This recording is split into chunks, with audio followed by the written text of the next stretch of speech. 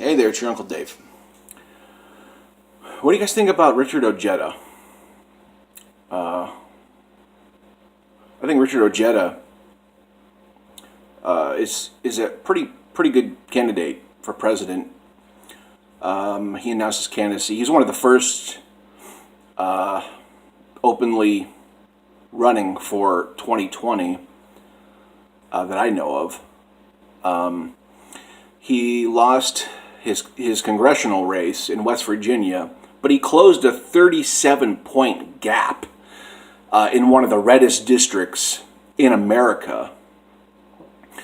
I think Trump won his district by like 55 points or just something insane, and he closed that gap and he lost by about 12 points, but the margin was 37 points, so he closed 37 points.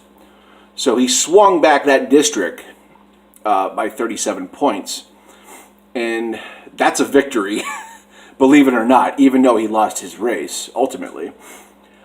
But I don't know. I like him. I like the fire and the fury of his rhetoric. I think that's the kind of rhetoric that will respond well to Trump's rhetoric, which is, fire and brimstone and that sort of like loud mouth for good or for ill type style. And I really think Ojeda matches that on the populist left. He has a lot of progressive values. He has a lot of interesting ideas too. He has, I think he mentioned putting, what do you say? Putting body cameras on lobbyists. That's an actual proposal from Richard Ojeda. He has a lot of strict. He wants to implement strict guidelines to Congress when it comes to how much money they can make, and I think that's excellent. Banning, politicians to become lobbyists. He wants to ban them. He's got a lot of good ideas. His rhetoric is fiery. And he's a war vet. That goes over well with the red crowd and blue crowd. He voted for Trump. And he, a lot of people won't let him off the hook for this. And usually I don't. I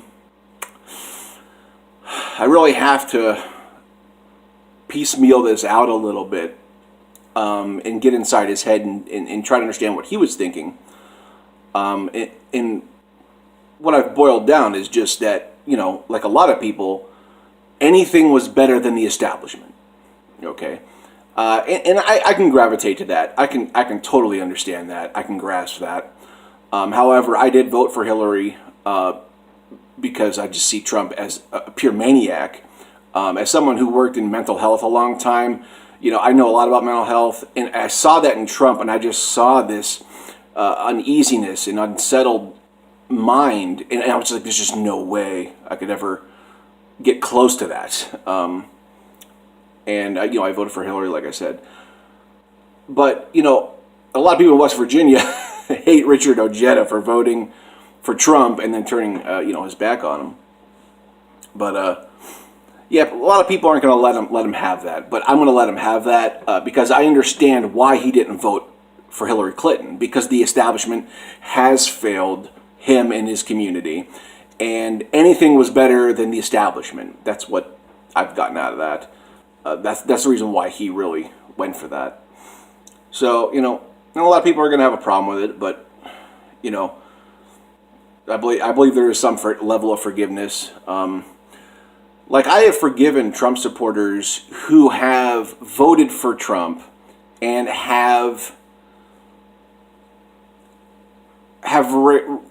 basically repented that it was a mistake, and even though we had a lot of information beforehand that it was a bad idea, I'm still granting grace and forgiveness because it's just the easiest path forward. Okay, as much as I would like to hold a grudge, it takes too much time, it takes too much energy, and I want to go forward. So now the people who support Trump now, currently, That's a different story.